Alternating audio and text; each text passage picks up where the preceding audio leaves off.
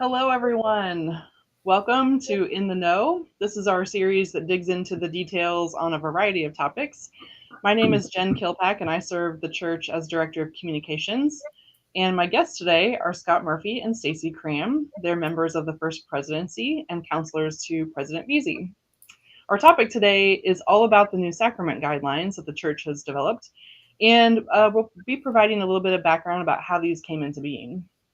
We've got Becca Loving and Brittany Mangelson on tech support today. So if you have questions for us, go ahead and drop those in the chat now or as we go along, and we'll have some time at the end to roll through those and answer some questions. So Scott, Stassi, it's so good to have you here today. Hey, it's really good to be here with everyone. So thanks for the invitation. Yeah, it's always fun to chat about things like sacraments. So I'm glad to be here too. Thanks, Jenn. Yeah. So as you said, today we're here to talk about sacraments. And in Community of Christ, we have 8 sacraments: blessing of children, baptism, confirmation, laying on of hands for the sick, ordination, marriage, the Lord's Supper or communion, and the evangelist blessing. And yes, I absolutely cheated and have those written down because I wasn't sure I could name them all at the same time without forgetting one. So the first question is, what is it about these 8 things that are so important in the life of the church? Well, Jenn, the sacraments, I think, as we all know, are really special and unique ways that the church offers tangible expressions of Christ's presence with us.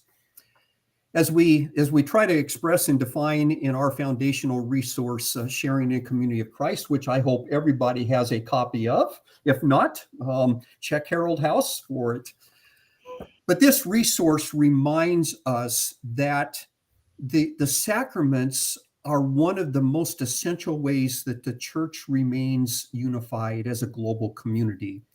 We may worship in different styles and have different music, but when you travel around the world and experience the sacraments, you are reminded that we share something in common as a global community. This presidency that Steve and Stassi and I are a part of, we've done a lot of exploration about how to more fully experience the blessings inherent in the sacraments that are so important for our own spiritual journey and growth as disciples.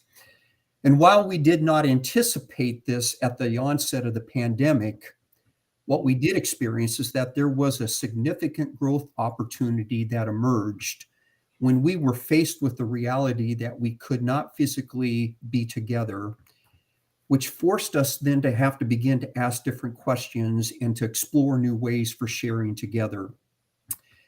After the 2019 World Conference, which some of our listeners may be remembering, we had implemented new guidelines for sharing the sacrament of the Lord's Supper in an online setting.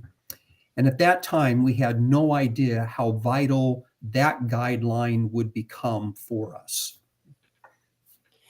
Yeah, Scott's right. I mean, having guidelines ready to go for online communion when the pandemic hit was such a blessing.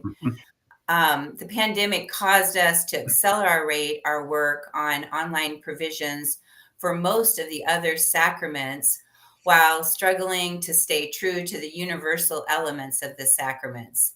There were a lot of questions that had to be explored carefully to make sure foundational principles remained in place so the sacraments would not lose their meaning. The meaning of the sacraments seemed so important, and yet we wanted to make sure that those sacraments were still able to be in the life of the church as we struggled our way through the pandemic. But we've heard numerous testimonies of how blessed people felt to be able to share the sacraments online as part of a globally connected community when we could not be physically together.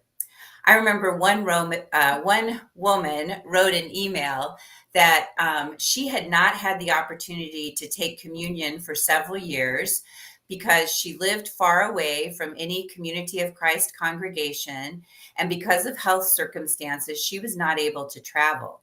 So when the pandemic hit, she started finding all of these online groups that she could be a part of, and the provision to provide for communion through an online worship experience broke her isolation and brought her a new sense of connection to the body. We also heard lots of stories about how many people picked out special plates and cups that they could use each month for their online communion experience during the pandemic. In fact, I think the Herald had pictures of all of those in one of their particular editions. So there are just so many stories of blessings. It was really fun to see all of the different kinds of even communion emblems that people brought to those online worship experiences too. So earlier, Scott mentioned that he mentioned the 2019 World Conference, and just to refresh people's memories, because that was pre-COVID, and for me, that feels like 7 lifetimes ago. You both, along with President Veazey, hosted a session during the opening weekend, and there we talked a lot about the importance of priesthood ministry and the sacraments. And I think then following that session is when those new guidelines for online communion, at least, came out. Yeah, it does seem like 7 lifetimes ago, doesn't it? Oh my goodness. But you're right. We definitely introduced new guidelines, and there were some people who thought they were great, and there were other people who were a little bit timid about what this new online sacrament world might feel like. In fact, I was just talking to someone at reunion last week, and he said he thought we were crazy. And then when the pandemic hit, he thought, oh my gosh, God's been preparing the way. One of the main points we emphasized was how sacraments are a vital resource for sharing God's love and invitation to covenant. And we also talked about what truly constitutes a sacrament. So since sacraments are such an important part of our formation as disciples, the presidency, and I want to make sure to give some credit to the tremendous work and support that came from presiding evangelist Jane Gardner, who helped in the development of these resources, and the valued input from the World Church Leadership Council members. We took the time to develop specific resources for each of the sacraments. And so we hope that these resources, or what we are now calling Sacrament Guidelines, will actually be able to be used by priesthood and members. They were designed to be tools to actually help us all better understand the central meaning and the use of the sacraments as a way of forming and deepening the importance of community that we share together. So these guidelines are available for your personal use, for teaching others about the sacraments, and just exploring the sacraments in general. For the most part, the information about each sacrament is the same information that has been previously provided. The new documents just pull all the relevant information about each sacrament into one place, so all the essentials are right there. One new item that has been included is in the marriage guidelines, where there are updated authorized marriage vows. Okay, so let's move out of kind of the background of why these came into being and actually take a look at where we can find them.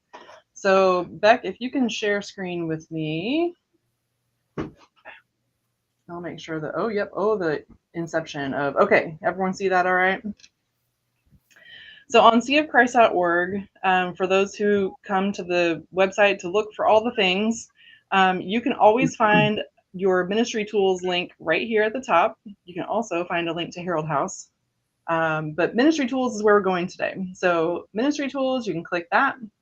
If you're a current user, you can click here. If you haven't yet gotten access to ministry tools, here's how you can request access. You can fill out a form and we will get you set up. So click here for current user. And here we come into ministry tools. And these are underneath the priesthood section. So in the main menu here, priesthood. And then I have 2 screens going, so that's why I'm looking off camera a little. But you'll see under the sacrament section, there are now the sacrament guidelines. So you can either click here to get to the main page, or if you want to go straight to the guidelines, that's your link. But we're going to go here first. So this is kind of the landing page for sacraments. And you can see here the sacrament guidelines. Also, again, here in the menu, if you need just all the ways you can find them. So when you get to Sacrament Guidelines, this page talks a little bit about background, and then each of these links will get you to one of the guidelines. So today we're going to look at marriage. So we click that, it opens up a PDF for us. If you want to share this document with someone, there's the download button here, and it will save to your computer, and then you can email it to whoever you'd like to share with. But I am going to blow this up a little bit. Does that seem like a good viewing level? I feel like this might be, no, that's probably better. Okay. So now that we're here, I'm going to have Stassi, you and Scott walk us through these guidelines, and I'll just kind of scroll along as you talk. So since these guidelines are both an information and a formational opportunity, the guidelines have been developed to provide a consistent identity for each of the sacraments. So that begins, you'll see on the screen with the marriage, that we begin with the basic elements of all sacraments. So each of the sacrament guidelines will begin with a brief overview of the basic elements that all sacraments share in common. Following that, then, is a short description of the sacrament, which actually helps us consider why a specific sacrament is important in the life of the community. Then comes the scripture foundations. All sacraments emerge from the witness and life of Jesus, and thus are grounded in Scripture. And so we try to provide those Scripture foundations for reflection and consideration.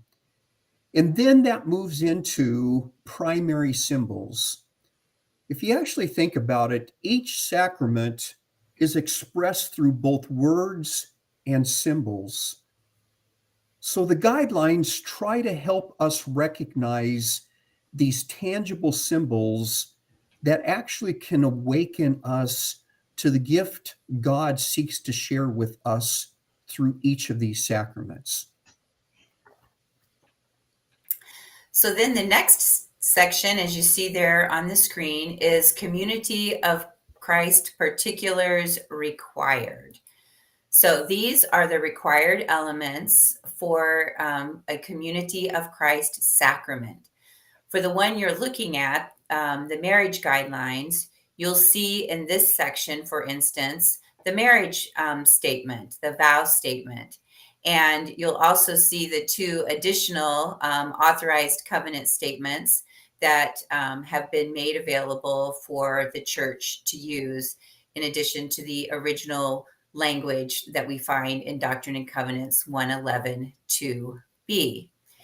So I think that most people, as you look through these sacrament guidelines, are going to be surprised as to how few particulars there really are for most sacraments. A lot of people believe there are more requirements simply because of what they have observed throughout their church experience. An example of this might be that for years, people believed that the cloth covering the communion table had to be white, or that there had to be a cloth covering the table. Those are practices that have been done throughout the years, but they're not particulars that are actually required. The next section is additional guidance. In this section, we tried to anticipate frequently asked questions about the sacrament and provide information as guidance. And so you'll see in this one about marriage that there's quite a few comments about national laws, because there's a lot to know about national requirements as you perform a marriage. The next section after that is the newest one, and that's on online participation. So as Jenn said, for each sacrament except baptism, The church has now provided guidance on how to perform the sacrament in an online worship experience. For marriage, the online requirements are guided primarily by the laws in the nation or civil location where the license will be issued. And you read that there in one of the points. So just guidance is provided there so that you know how to adequately provide for a sacrament in the online setting. These are really fantastic. Thanks for walking us through this one.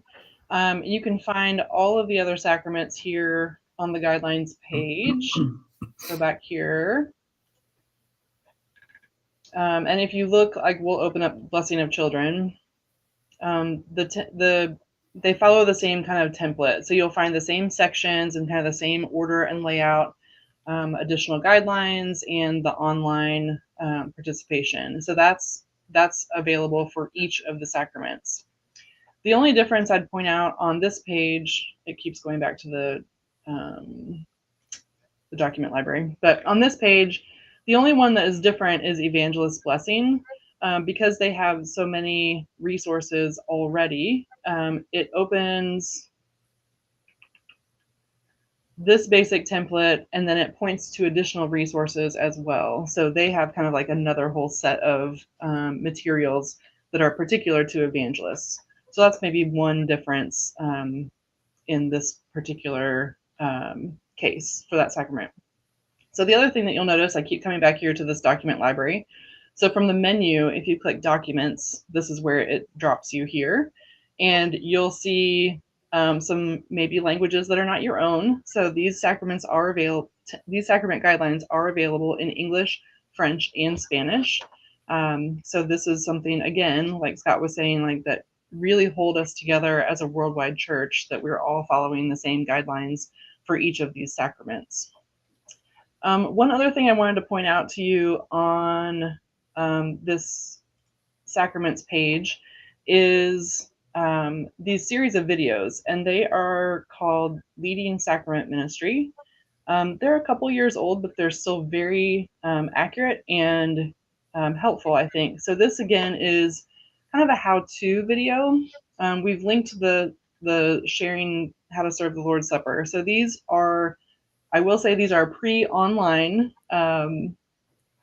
guidelines, but they are really helpful in a visual sense for what is required, and then kind of some of the background of why the sacrament is important in the life of the church as well. So this is another resource for people as you're learning and growing as a minister, or just trying to figure out what some of these sacraments are about. So now that we've had these guidelines, I would say, let's see, Scott, Stassi, both of you, how would you invite people, to explore them and share them with their congregations or their mission centers? What are maybe some of your best tips or advice? So one suggestion would be is when a member or a friend in the congregation is preparing to receive one of the sacraments, it could be really beneficial and a gift for the pastor or a priesthood member to be able to share the guideline with the individual or individuals, if there's multiple people getting sharing in the sacrament, and invite them to reflect on the sacrament prior to the actual receiving of this ministry. Yeah, that's good. Yeah, I also I would suggest that pastors and mission center leaders review the guidelines with the priesthood. Now that they're out, like we said, no real new information, but a lot of collected information. So it would be great to make sure that priesthood know where to find them online, as you've just shown, and that they're familiar with what they say. They're also good sources of information if people are asking questions about the sacraments. For instance, what's actually required. These guidelines are really a good source for that. And I think the important thing to remember is when there's new priesthood, that they get introduced to these as part of their preparation for ordination. Yeah, absolutely. I also think, Jen, that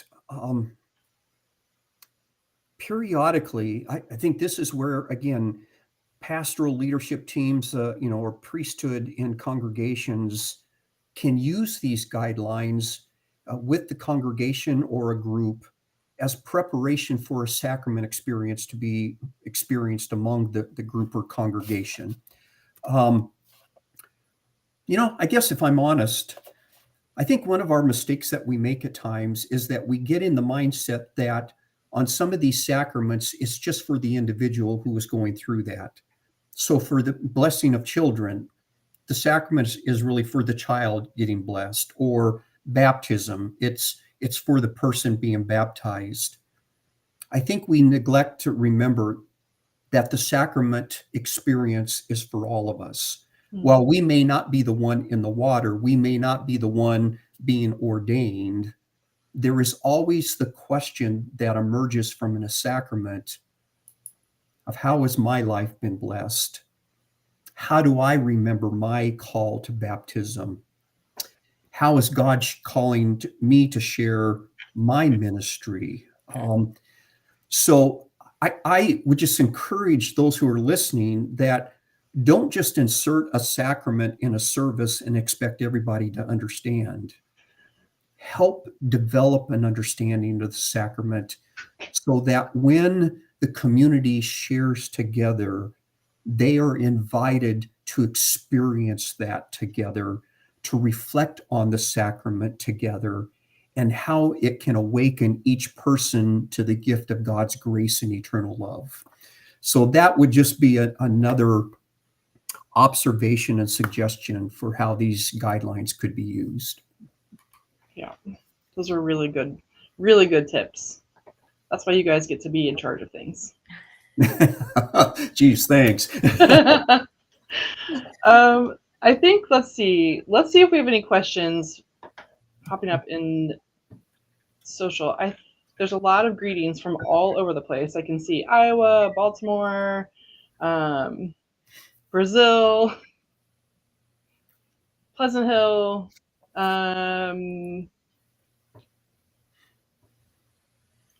Dominican Republic. The fact that there's no questions just means that everyone's excited to go read these and Yes. are excited to put them to use.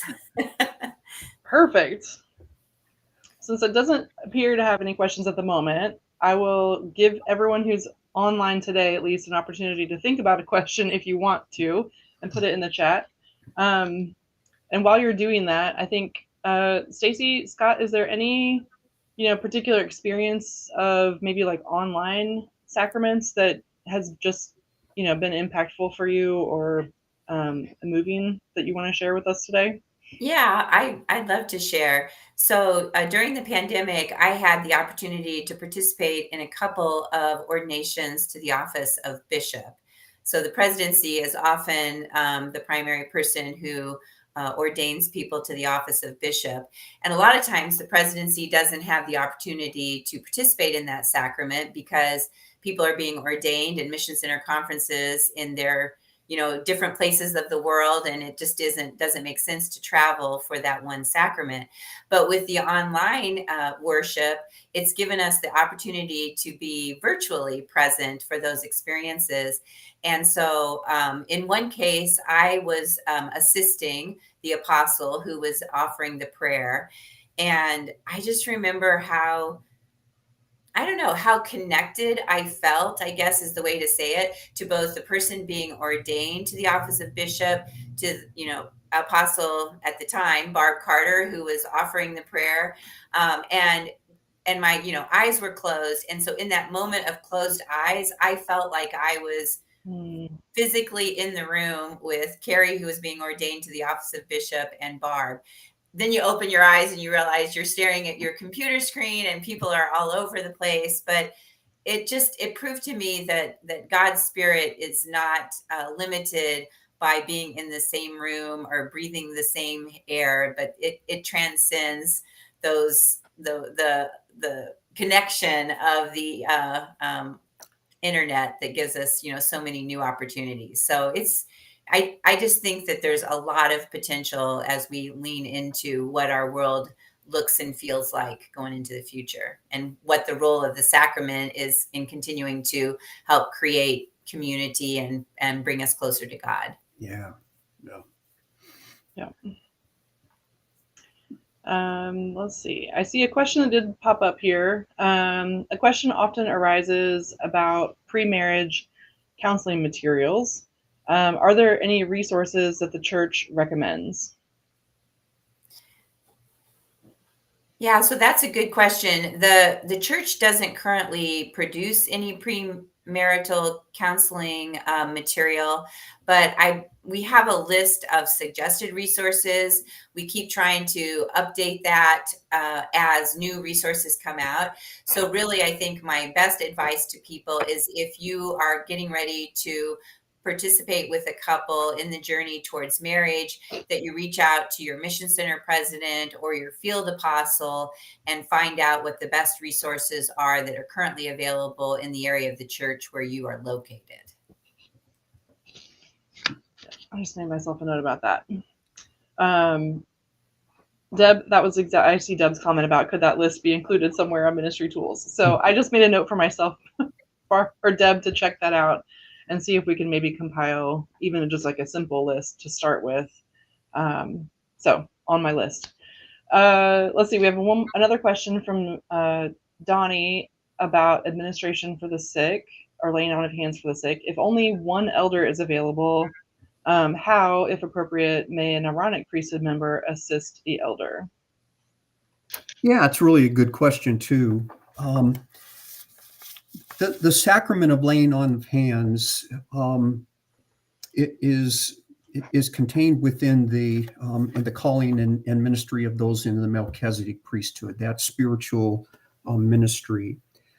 I have seen this done before, though, where there has been a Aaronic minister who has been present as part of that sacrament and was invited to share just a prayer of preparation, a prayer of just kind of centering in that moment. And then the elder then administered and did the anointing of the oil and then the confirming prayer.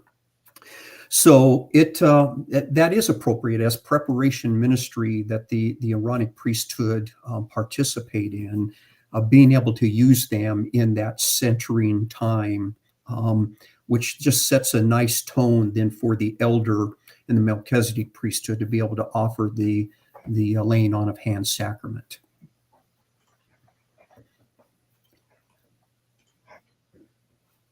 I was just looking to see if it said anything about that in the template, and it does say that a single Melchizedek priesthood member can offer the prayer, but it does not specifically say anything about Aaronic. So that's a good good note.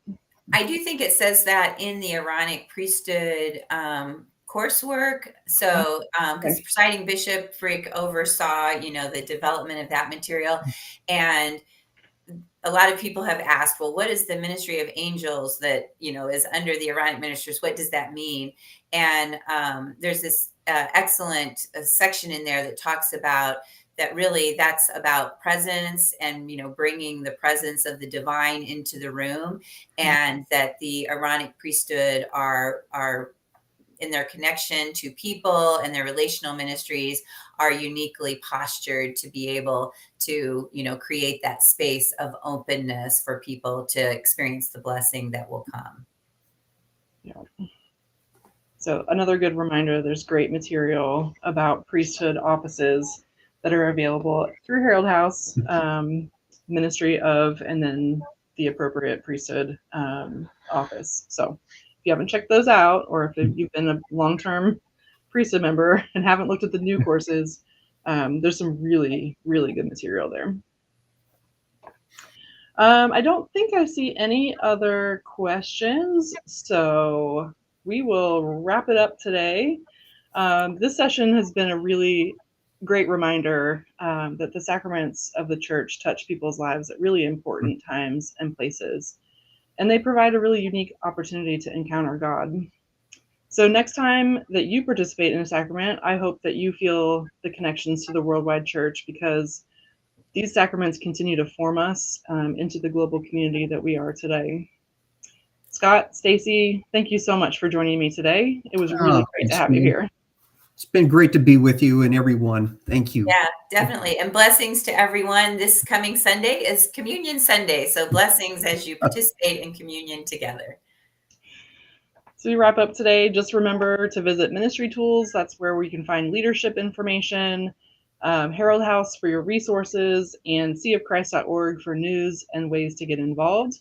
And as always, follow us on Facebook, Instagram, and Twitter, just like so many ways to stay connected. And the last but not least, watch for another session of In the Know later in August. I think that we'll be talking about legislation and how to write a resolution for the next World Conference, which in 2025, we're looking forward to it. Thanks, everybody. I hope you have a great day.